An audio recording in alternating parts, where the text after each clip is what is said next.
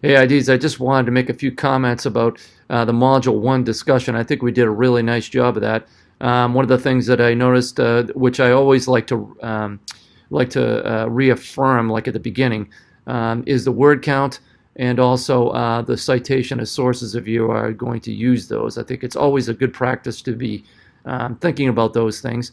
The reason why I have a word count is in order to get a good discussion response. Normally, it takes the given amount of words there to do both the initial response and the follow-up response, and just to have a little bit of a framework with that.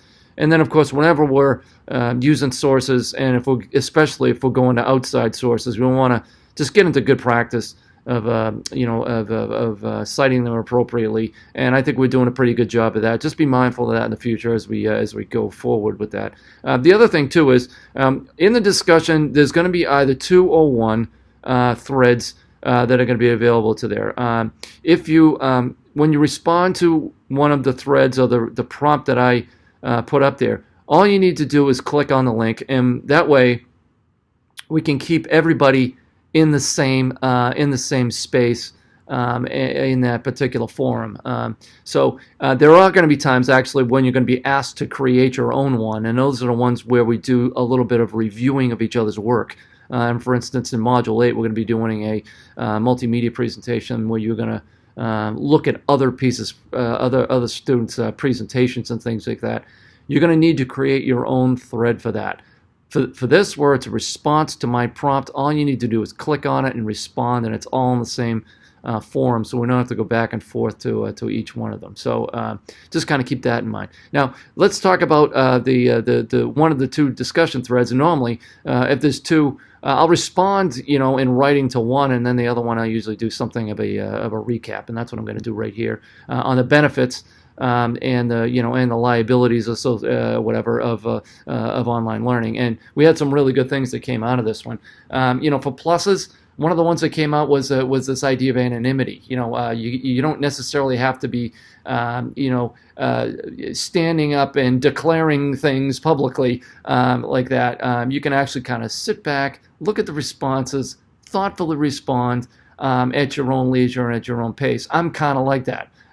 So that's kind of helpful to me. So I know that's one of the advantages, certainly. One of the other ones was cost. Online learning now, it's definitely cost effective to be able to do trainings that are online rather than having to get a whole group together with an instructor, where the training can only be run once, right? When you have something that's an online training, can be reused. Very, very, very cost effective. One of the things also was the convenience and the flexibility, right? That's also an important one, where it's the time. It can be done at your own pace. It can be done at your own scheduling. You can be doing it either in your office, or you can be doing it at a Starbucks, or if you're waiting for your child that's getting off the bus, you can do it on a mobile device or whatever. All right, so it's good in that. The placement with online is not of where you are is not really that big of a deal, right? Now, on the other hand, with that idea of placement, that's one of the things that actually was a kind of a critique, and that is like, well, I work better when I'm working one-on-one, or if I'm in the room with a particular person, interacting in that way. And so that was kind of like one of the critiques. Also, if you live in different time zones, that came up too, right? That placement thing, where so and so is in one time zone, I'm in the Eastern time zone, and my teammate is in the West Coast, whatever, the United States. That you're gonna have to thoughtfully schedule things, and that's kind of a difficult thing at times, right? Then there's the tech support and the usability issues, which is always a big one. And we're going to be looking at usability in the next few weeks, and how that can be an issue.